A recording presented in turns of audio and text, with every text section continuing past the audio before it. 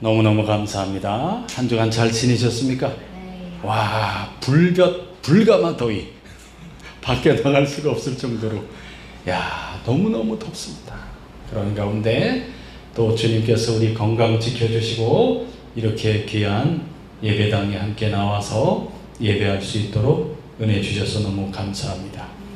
저는 한 주간 지내면서 두 가지를 새롭게 또 하게 됐습니다. 첫 번째는 감사. 너무너무 감사합니다. 그냥 모든 일에 감사하고 기쁘고 행복하고 그렇게 하나님께 감사를 많이 드리게 되었습니다. 그리고 생각하지 못한 것들을 하나님께서 이렇게 탁탁탁 해주시는 것을 또 느끼게 되었습니다. 또 한 가지는 뭐냐면 제 자신이 기도하는 그런 항상 그 자세와 자리로 나가는 것을 보게 되었어요. 어떤 일을 만났을 때 이거 어떡하지? 하는 게 아니라 기도하면 되지. 하나님께 간구하면 되지. 우리 주님께 기도해야지. 이런 자세로 바뀌었습니다. 할렐루야. 너무 좋죠? 그래서 제 모습이 바뀌면서 정말 이제 이번 토요일 날 이렇게 설립 예배를 하지 않습니까? 참 이 설립 예배 현수막을 맞췄는데 잘못 맞췄어요. 너무 크게 맞췄어. 근데 왔어요 물건이. 그래서 딱 열어보는 순간 잘못됐구나. 글씨가 해상도가 낮은 걸 잘못 보내서 깨져서 왔어요. 글씨가 왜 이래? 이거 잘못 보냈네? 그래서 이제 카톡으로 잘못했다고 하니까 거기서 죄송하다고 그러면서 이제 최대한 빨리 뽑아서 월요일날 보내주겠다고 그러더라고. 막 미안하다고. 그리고 와서 이렇게 쭉 펼쳐보니까 너무 큰 거야. 너무 큰 거야. 여기에 안 맞게 너무 큰 거야. 그래서 다시 이야기했죠. 이왕 이렇게 된 거 크기를 조금 줄여야 되겠다. 사이즈를 다시 알려드릴 테니까 일단 작업을 중단해 주시고 그리고 이제 다시 작업을 해야 되겠다고 그랬더니 알겠다고 그러면서 나보고 하여튼 양해해 주셔서 감사하다고 그러면서 언제든지 사이즈를 말씀해 주래요. 새로 해준다고. 얼마나 감사해요. 내가 사실 어떻게 보면 나도 잘못한 게 있는데 그렇죠? 하여튼 이런 걸 보면서 참 하나님이 나를 사랑하는구나. 우리를 사랑하는구나. 이런 거 하나까지 내가 실수한 건데 그런 것을 느끼고 깨닫게 되었습니다. 로마서 말씀을 보고 있는데 저는 놀라운 사실을 또 발견하게 되었습니다. 로마서 말씀의 전체에 흐르고 있는 주제가 무엇인가? 하나님의 사랑이라는 거였어요. 하나님의 사랑.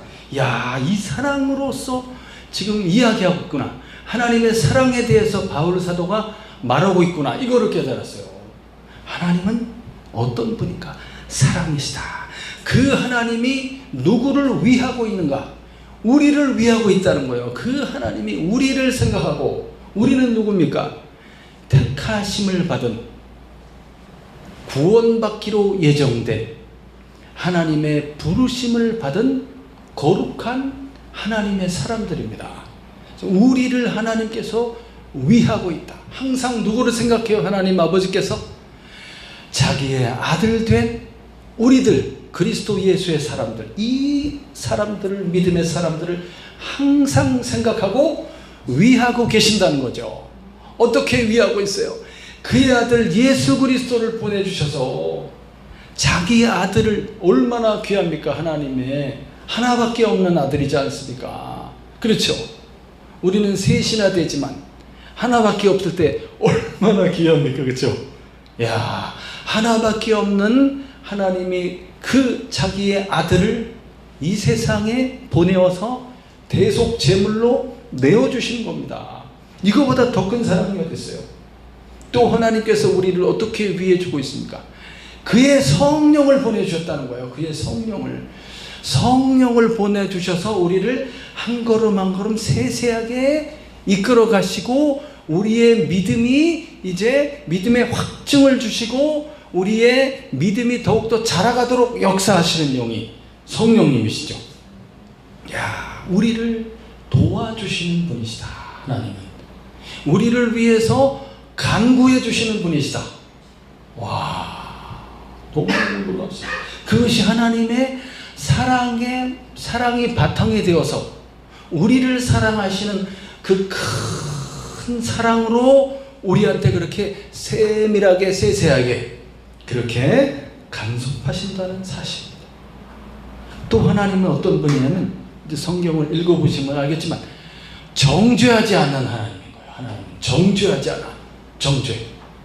우리의 약한 점, 우리가 뭐 부족한 점, 우리의 죄악들, 그걸 들춰내서 너 이렇게 되기 못하니?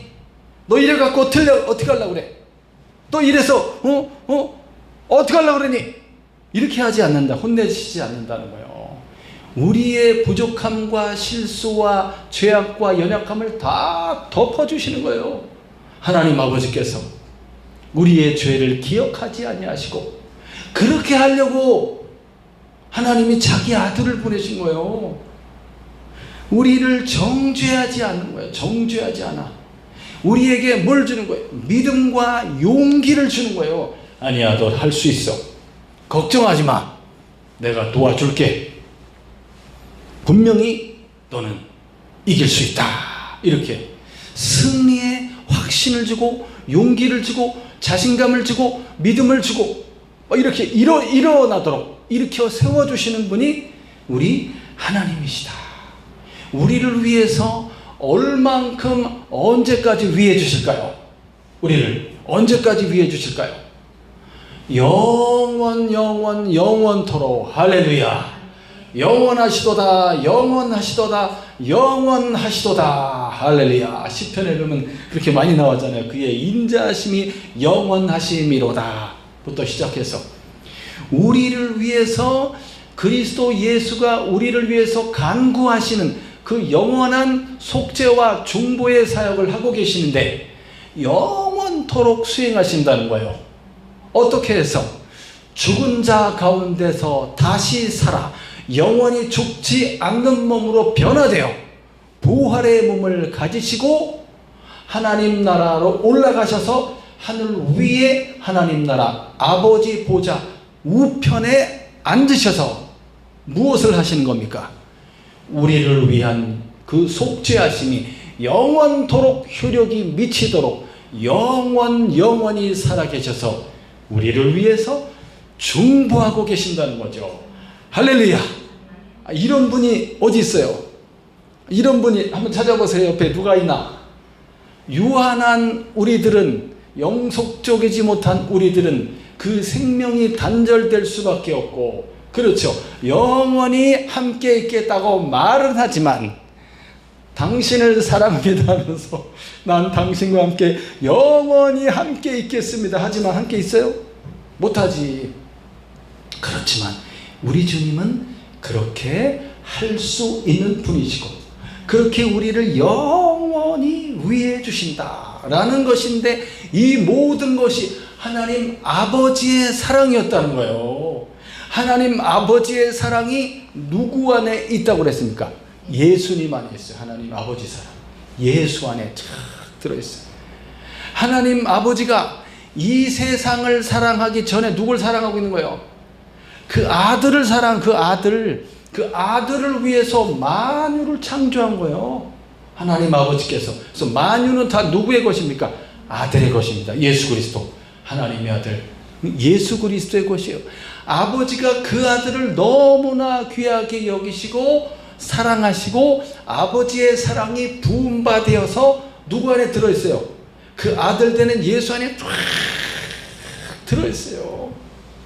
아버지와 어머니, 부모의 사랑을 정말 한없이 많이 받아서 행복하게 그냥 이렇게 기쁨과 용기와 막 그런 거 있잖아요. 칭찬과 격려와 그리고 사랑과 그리고 또 뭐 있어요? 하여튼 그런 모든 것들 막 배려와 막 이렇게 사랑을 많이 받고 자란 자녀는 어떻게 성장합니까? 남을 사랑할 수 있는 사람이 되는 거예요. 아버지의 무한한 사랑이 그리스도 안에 들어오셨고, 그리스도가 그 하나님 아버지에 대해서 너무너무나 사랑하는 거예요. 아버지의 이 세상을 향하신 아버지의 마음을 아들이 보고 있습니다.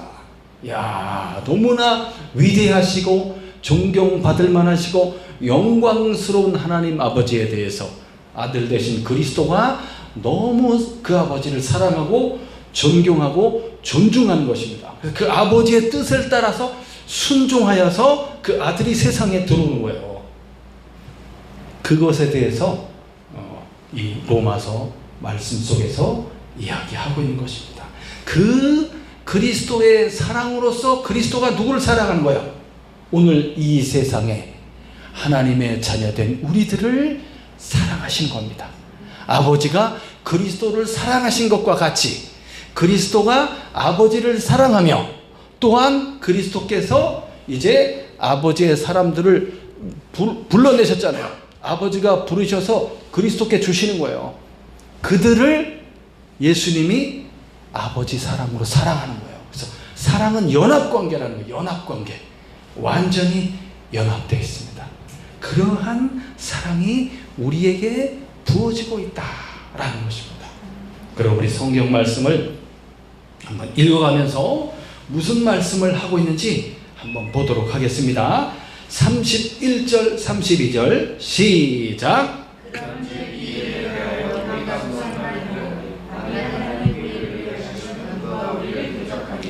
자기 아들을 아끼지 아니하시고 우리 모든 사람을 위하여 내주신 이가 어찌 그 아들과 함께 모든 것을 우리에게 주시지 아니하겠느냐. 누가 우리를 위하고 있다고 그랬습니까? 하나님 아버지께서. 하나님은 누구예요? 하나님은 만유의 창조자, 절대적인 힘과 능력을 가지신 생명의 주님이시고, 그 권력과 권세가 그 영원하시고 무한하시며, 그 힘이 얼마나 크십니까? 그 누구도 하나님을 대적할 수가 없습니다. 만유의 창조주예요. 보이는 세계와 보이지 않는 모든 세계, 모든 피조물을 다 창조하신 분이시죠. 그분에게서부터 모든 만물이 나왔어요. 그렇기 때문에 이 모든 피조물이 하나님 아버지를 대적할 수 있습니까? 없죠. 그 앞에 굴복할 수밖에 없어요. 근데 그 하나님 아버지가 누구를 위하고 있는 거예요? 우리를, 하나님의 자녀된 우리를 영원 전부터 만세전에 택하심을 받아 합당한 때에 부르심 받아서 그리스도 예수를 주님으로 믿고 인정하며 예수를 따르는 그 모든 택하신 사람들, 그들이 우리인데, 우리를 이 절대적인 권능의 하나님이 위하고 계시기 때문에 우리를 대적할 자가 없다는 거예요. 그 믿음 가운데 우리가 서 있어야 되는 겁니다. 그 하나님이 우리를 위하는 방법들을 말해주는데, 첫 번째는 자기 아들을 보냈다고 그랬어요. 자기 아들을 아끼지 아니하시고, 여기서 뭐가 생각나냐면 창세기에 아브라함이 100살에 얻은 그 아들 이삭을 하나님이 어떻게 하라고 그랬어요? 모리아산으로 가서 번제로 바치라고 그랬잖아요. 이게 바로 하나님의 그 자기 아들을 바칠 것을 미리 아브라함에게 보여주는 거예요. 그게. 이야, 100살에 정말 기적적으로 하나님의 능력으로 믿음으로 아들을 주셨는데, 그 아들이 이제 한 열 몇 살 이렇게 됐을 거 아니에요. 그리고 나서 그 아들을 잡아 바치라고 하니, 야, 이거 어떻게 해야 돼요? 이해 가세요? 이게 도대체 하나님이 무슨 생각으로 지금 이렇게 하고 있는 것이지? 아브라함은 이해했어요. 하나님의 마음. 야, 이것이 이 세상을 향한, 이 세상을 구원하기 위한 하나님의 마음이구나. 하나님의 뜻이구나. 지금 나를 통해서 이걸 계시하고 있구나. 그걸 알았어요. 왜냐하면 100살에 얻은 이삭은 약속의 자녀이기 때문에 그 후사를 통해서 하나님의 아들 그리스도가 오셔야 되는 거예요. 아브라함은 그걸 보고 있었어요. 하나님의 아들 그리스도가 내 후손으로 오심으로써 이제 온 세상을 구원할 것이라는, 대속할 것이라는 것을 알고 있었던 거예요. 이게 아브라함의 신앙입니다. 오실 그리스도를 믿고 있었다는 거예요. 그렇기 때문에 그 하나님의 마음을 이해한 아브라함이 즉시 순종하여 다음날 일찍 일어나서 이 아들을 데리고 가지 않습니까? 모리아 산으로 가서 정말 그 아들을 잡아서 바치려고 했죠. 잡아서 바쳐 죽이더라도 하나님은 반드시 다시 살려낼 것이다. 야, 그러한 이야기가 이 안에 같이 들어있습니다. 하나님 아버지가 자기 아들 예수를 독생자라고 하잖아요. 독생자. 하나밖에 없는 가장 귀한 거를, 가장 귀한 거, 그거를 아낌없이 내어준다는 거예요. 그러면 그 아들이 세상에 인간으로 와서 이제 30살 되었을 때 이제 3년간 사역을 하고 33살에 십자가에 못 박히지 않습니까? 그때 그 못 박힐 때 그 앞으로의 그 모습들이 얼마나 처절합니까? 얼마나. 그걸 하나님이 아시지 않습니까? 그럼에도 불구하고 자기 아들을 그 처절한 고난과 고통 가운데 그렇게 내보내시는 아버지의 심정, 무엇 때문에 그렇게 하냐는 거지. 왜 일을 이렇게 복잡하게 어렵게 가시는가? 야, 하나님의 사랑 때문에 그렇습니다. 사랑을 이렇게 반대로 보면 하나님의 의로움 때문에 그렇습니다. 의로움 때문에. 하나님이 의롭기 때문에 그냥 없었던 일로 하자, 그렇게 안 되는 거예요. 그게 하나님께는 불의하고 불법한 것에 대해서 반드시 그 속전을 치러내야지만이, 대가를 치러야지만이 그 불의하고 불법한 것에서, 그 노예와 종된, 사망에 종된 상태에서 생명으로 바꿔줄 수 있다는 거죠. 희생이 없이는 안 된다는 거예요. 그것을 하나님이 실행에 옮기신 거죠. 그 아들이 그렇게 그 아들을 보내셨고, 순종하여 오신 아들은 어마어마한 고난과 고통 속에서 그 십자가를 지게 되는 겁니다. 나중에 요한복음 17장을 한번 꼭 읽어보세요. 그 안에 그리스도가 하나님 아버지를 얼마나 사랑하는지가 나와 있어요. 아버지가 그 아들 그리스도를 얼마나 사랑하는지가, 그 예수님이 마지막 저녁 만찬 때 제자들을 위해서 기도하는 장면이에요. 거기에 쭉 읽어보면, 야, 이 깊은 사랑이 그 안에 들어있습니다. 네.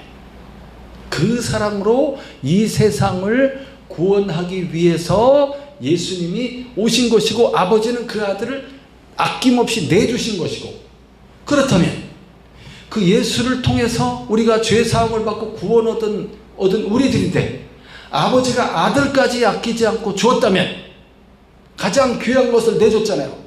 그렇다면 우리에게 그것 말고 무엇인들 더 못 주시겠습니까? 그걸 얘기하고 있는 거예요. 무엇을 더 주시겠습니까? 아들까지 내어주신 이가 우리에게 또 주시지 아니하겠느냐, 이렇게 되어 있잖아요. 어찌 그 아들과 함께 모든 것을 우리에게 주시지 않겠느냐. 할렐루야. 그러면 이제 된 거 아닙니까?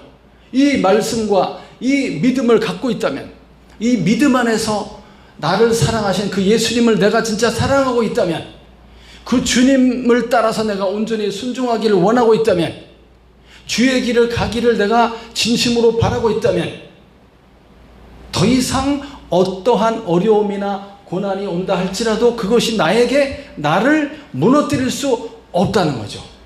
모든 것을 주실 수 있기 때문에 하나님이 예비하신 나라를 상속해 준다고 했어요. 할렐루야. 받으시기 바랍니다. 예비하신 나라를 준다니까. 나라. 개념이 지금 우리가 이게 확실히 잘 안 오죠. 나라를 줘. 나라. 아메리카 대륙을 하나 준다고 생각합시다. 아메리카 대륙 하나 나를 주는 거야. 내가 그 모든 세계를 다 다스릴 수 있는 권능과 지혜를 다 주시고 나라를 주신다. 영원한 나라를 다스릴 수 있는 상속권을 주셨고 그 나라를 상속해 주는 거예요. 이 땅에서 어떠한 믿음으로, 하나님의 사랑으로 그리고 거룩함의 열매를 맺으며 서로 사랑하며 존중하며 섬기며 살았는가에 따라서 하나님 나라 천국에 보물이 쌓이는 거예요. 보물이.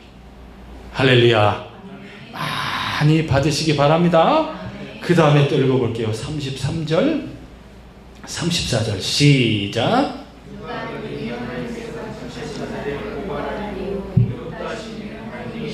누가 정죄하여 죽으실 뿐 아니라 다시 살아나신 이는 그리스도 예수시니 그는 하나님 우편에 계신 자요 우리를 위하여 간구하시는 자신이라. 할렐루야. 우리 보고 뭐라고 그랬습니까? 택하신 자들이라고 그랬습니다. 이게 너무나 중요한 거예요.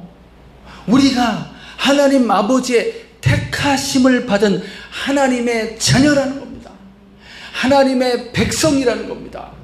와, 언제 나를 택하셨고 언제 나를 이렇게 하나님의 자녀를 삼아주셨단 말인가?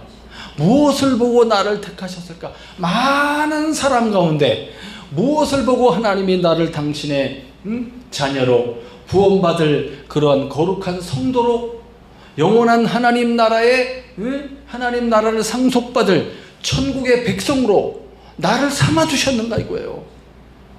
이야, 바울의 그 말씀을 빌려보면 만세전에 내가 어머니의 태에 생기기도 전에 시편의 말씀이나 이런 걸 선지자들의 글을 읽어보면 이야, 너무나 놀랍지 않습니까?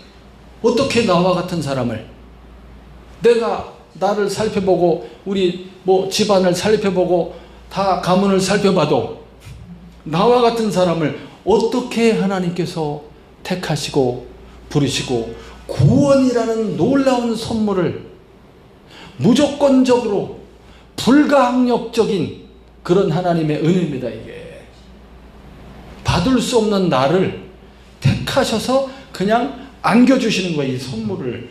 야, 그렇기 때문에 누구도 우리를 고발할 수 없다는, 고발이라는 용어는 법적인 용어잖아요. 법정에 가게 되는 거죠. 재판장이신 하나님께서 우리를 위하시고 우리를 어떻게 했다고 그랬어요? 우리 죄를 전부 다 없는 걸로 다 하셨어요. 그 아들을 희생해서 우리의 죄악을 다 덮어버렸어요. 그리스도의 대속하신, 생명 바쳐 피 흘리신 그리스도 예수가 우리의 의의 옷이 되는 거예요. 예수 그리스도를 우리에게 입혀주시는 겁니다. 의의 옷으로 탁 입혀줬기 때문에 얼마나 멋있어요. 얼마나 좋은 옷을 탁, 왜 이렇게 새로운 옷, 좋은 옷을 왜 찾아요? 멋있잖아요. 유행 지난 거 입지 말고 이렇게 새로 또 다가오는 딱 입고 자기를 탁 아름답고 멋지게 탁 꾸미는 거죠. 그리스도 예수로 탁 옷을 입어버렸기 때문에 완전히 새 사람.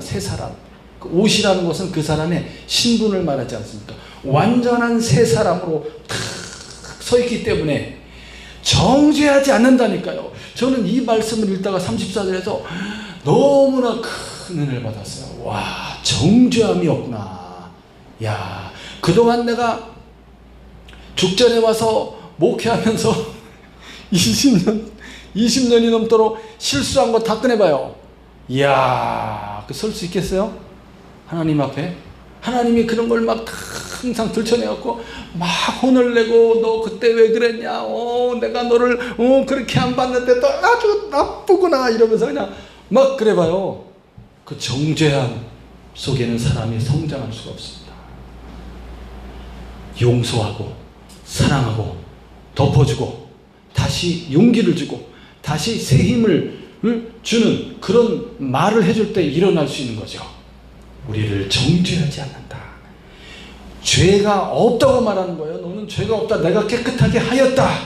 이야, 그러니까 살아날 수 있는 것이고 우리를 정죄하고 그리고 우리를 고발하는 자가 바로 율법이고 그 뒤에 사탄입니다. 사탄. 악한 마귀가 항상 나를 정죄하고 그렇게 무너뜨리려고 하죠. 그렇게 우리는 하나님 안에 있기 때문에 정죄받을 수가 없습니다. 하나님이 그렇게 하지 않습니다. 그리고 그리스도 예수가 어떻게 됐다고 그랬어요? 우리를 위해서 죽으시고 우리를 위해서 다시 살아나셨으며 어디가 계세요? 하늘 위 하나님 아버지 보좌 우편에 앉아 계시는 거예요. 할렐루야. 그 예수님 자리입니다. 거기가 만왕의 왕 만주의 주로서 아버지 옆에 탁 앉아 계셔서 아버지와 함께, 아버지가, 그러니까 이게 아버지가 일하시는 방식이에요. 아버지는 어떻게 일하셔요? 아들을 통해서 일하시는 거예요. 아들을 통해서. 아버지가 다 하면 아들 할 일이 있어요, 없어요? 할 일 없지. 아버지가 그 아들을 통해서 다 일하게 하시는 거예요. 그러니까 아버지와 아들이 한 마음인 겁니다. 그리고 그 그리스도 안에 있는 우리들을 양자로 삼으셔서 우리들에게 그 다스리는 권세를 나누어 주시는 거예요. 그럼 우리 자리는 어디에 있을까요? 아버지 우편에 예수님이 계시고, 그럼 우리는 어디 있어요? 그냥 한번 생각해 보세요. 제 생각에는 예수님 옆에 쭉 자리들이 쭉 있어서 순서대로, 순서가 있어요. 순서가 천국에 있는 서열이 그 상급대로 쫙 이렇게 쫙 그 옆에 우리 자리가 있을 줄로 믿습니다. 거기서 우리를 위해서 영원한 속죄, 영원한 구원이 영원토록 효력이 나타나도록 친히 우리를 위해서 간구하신다. 중보하신다. 할렐루야. 그 다음 35절 읽어보겠습니다. 35절 37절까지 시작. 누가 우리를 그리스도의 사랑에서 끊으리요? 환난이나 궁고나 박해나 기근이나 적신이나 위험이나 칼이랴. 기록된 바 우리가 종일 주를 위하여 죽임을 당하게 되며 도살당할 양같이 여김을 받았나이다 함과 같으니라. 그러나 이 모든 일에 우리를 사랑하시는 이로 말미암아 우리가 넉넉히 이기느니라. 아멘. 그리스도의 사랑에서 끊을 수가 없다. 그리스도는 자기 생명을 바쳤어요. 가장 큰 사랑입니다. 생명보다 더 귀한 게 어디 있어요?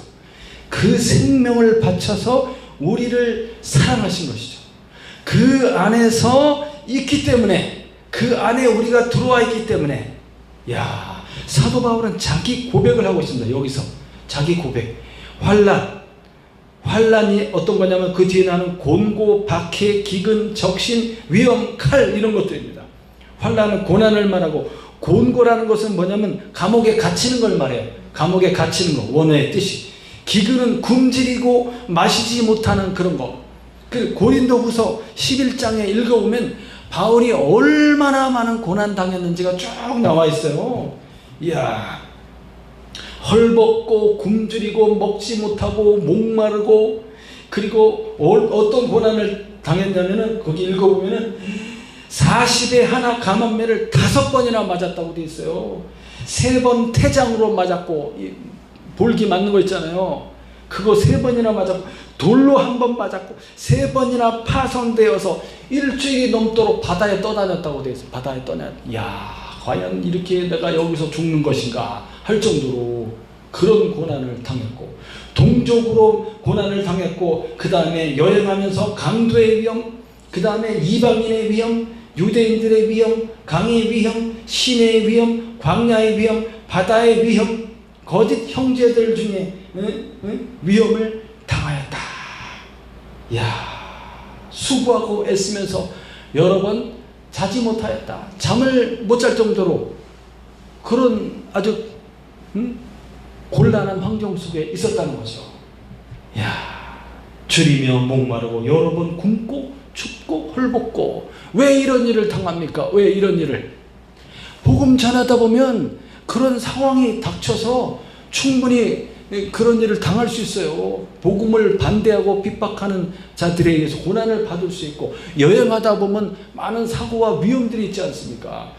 그러한 것들이 오고, 강도, 칼의 위험, 이런 어떤 질병의 위험도 오죠. 질병의 위험, 전염병이 올 수도 있고, 어디 가다가 넘어져서 다칠 수도 있고, 그렇지 않습니까? 사람이기 때문에 그 10년이 넘는 세월 이렇게 복음 전도 온 세계로 다니면서 살 때 많은 그런 고난이 있다는 거예요. 고난이 없으면 사람에게 고난이 있어요. 고난. 그렇지만은 왜 내가 이러한 고난의 길을 가고 왜 내가 복음의 빚진 자로서 내가 나아가는지에 대해서 바울은 확실하게 깨닫고 이해하고 있다는 거예요. 나와 같은 사람을 예수님이 직접 나타나서 당신의 사도로 부르셨다는 거예요. 택하시고 만세전에 이미 택함을 받았다는 거지. 바울이라는 사람은 예수님을 싫어하는 사람이고 배척하는 핍박자였고 많은 사람들을 감옥에 잡아 가두는 그리스도인들을 잡아 가두는 사람이었고 스데반이 죽는데 동의한 그런 사람이었잖아요. 나는 죄인의 계수요, 나는 핍박자였고 나는 폭행자였다라고 바울이 고백하지 않습니까? 그러한 나를 하나님께서 택하셔서 당신의 종으로 삼으셔서 이러한 놀라운 진리의 복음의 말씀을 전할 수 있도록 다른 많은 사도들이 있지만 특별히 나에게 은총을 베풀어 주셨다는 거예요. 거기에 너무 감사한 거죠. 야, 나 같은 사람에게. 그래서 바울이 이러한 고난을 마다하자. 그런 것이 올 때마다 어떻게 했을까요? 그런 것이 올 때마다, 이런 고난이 올 때마다 바울은 어떻게 했을까요? 기도하고 또 어떤 마음이었을까? 이런 고난이 올 때마다 바울은 어떤 마음을 가졌을까요? 죽으면 죽으리라. 대답을 너무 잘하시는데요. 또 어떤 마음을 가졌어요? 이런 것들은 당연한 것이다라고 생각하는 거예요. 당연한 것이다. 우리 주님이 가신 십자가의 길, 이런 고난은 당연한 것이다. 고난을 통하여 그 다음에 뭐가 옵니까? 영광이 나타나는 거예요. 이 고난이 있고 위기가 있다는 것은 그 다음에, 이것 너머에 놀라운 하나님의 구원의 역사와 축복이 있다는 거죠. 그거를 믿고 있는 거예요. 믿고 있어. 그렇기 때문에 원망하거나 불평하고 그러지 않는 거예요. 도리어 감사하고 그때 기도하면서 하나님을 찬송하는 거죠. 그러면 기적이 나타나서 그거를 넘어가게 하는데 어떻게 이긴다고 그랬습니까? 넉넉히 이기느니라. 이 말은 압도적인 승리를 가리킵니다. 적당히 겨우 이겨갖고 그냥 나도 완전히 그냥 다운돼 갖고 그냥 살았는지 죽었는지 모를 정도로 이기는 것이 아니고, 비록 고난 중에 내 몸이 힘들고 지칠지라도 압도적인 영광스러운 그런 승리를 하나님이 가져다 주었다는 겁니다. 할렐루야. 그런 승리가 우리 앞에 있다는 사실을 잊지 마시기 바랍니다. 자, 마지막 읽어보겠습니다. 38절 39절 시작.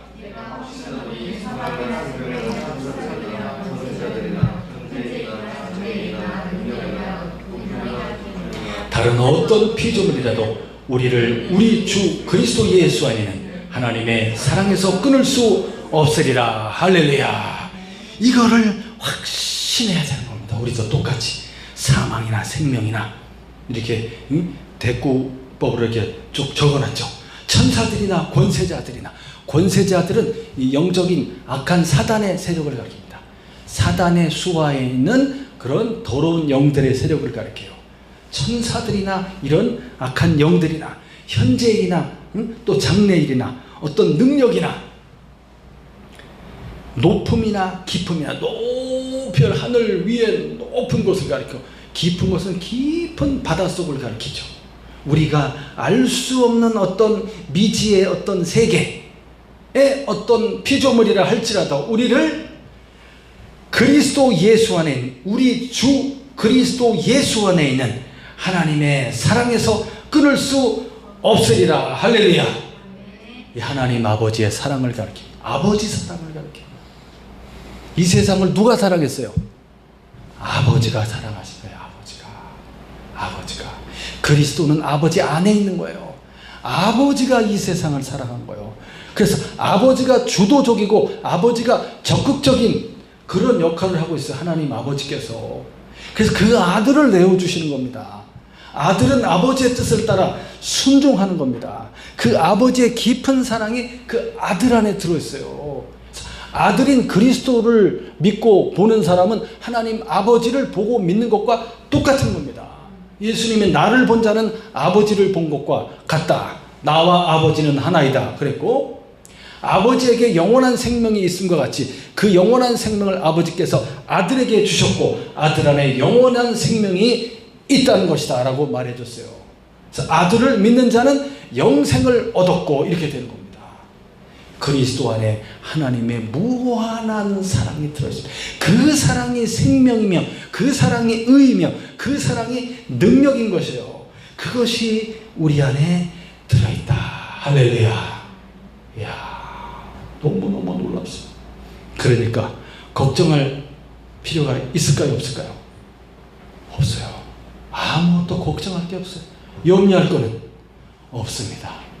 근심과 걱정이 찾아오면 어떻게 하면 될까요? 마음을 지켜야 돼요. 내 마음을. 내 믿음과 내 마음을 지켜야 됩니다. 믿음을 가져야 됩니다. 나를 택하시고 부르신 하나님이 어떤 분인지에 대해서 그거를 확신해야 되는 거예요. 그분이 얼마나 위대한 분이시고 얼마나 그 능력이 큰 분이시고 얼마나 높은 곳에 하나님 아버지와 그 아들 그리스도 예수께서 앉아 계시는지를 그거를 봐야 됩니다. 그 믿음 가운데서 우리는 용기를 가져야 돼. 용기를. 내 마음이 다른 것에 빼앗기지 않도록. 다른 것은 이 세상의 사람이 빠지게 되면 염려하게 돼. 염려하고 근심하고 걱정. 어떡하지 이렇게 되는 거예요. 세상에 우리가 속하여 살지만 세상에 속한 것이 아니라 그리스도 예수 성령 안에 우리가 속해 있다는 것을 확신하면서 내 마음을 지켜서 내가 어떤 것에 심취하여 막 몰두하여 막 이렇게 욕심을 부리고 가게 놔두지 말라는 거예요. 내 마음을 붙잡아야 돼. 주님께로 돌려야 돼. 근심 걱정을 너무 하지 않도록 빨리 중단하고 주님께 맡겨버리고 가야 되는 것입니다. 오늘 말씀대로 하나님이 어떤 분인지를 알아야 됩니다. 이번 한 주간 이런 자세로 한 주간을 이 세상을 살아나가시기를 바랍니다. 하나님을 진심으로 사랑하고 온 마음을 다해서 주님만 바라보시기를 바랍니다. 흔들리지 말고, 그리고 진심으로 이제 서로를 사랑해야 됩니다. 용서하고 사랑하고 묶인 것을 풀고 이렇게 사랑의 줄로 다시 묶고, 그리고 이 모든 것들을 위해서 기도해야 됩니다. 한 주간 그렇게 살아가시기를 예수님의 이름으로 축복합니다.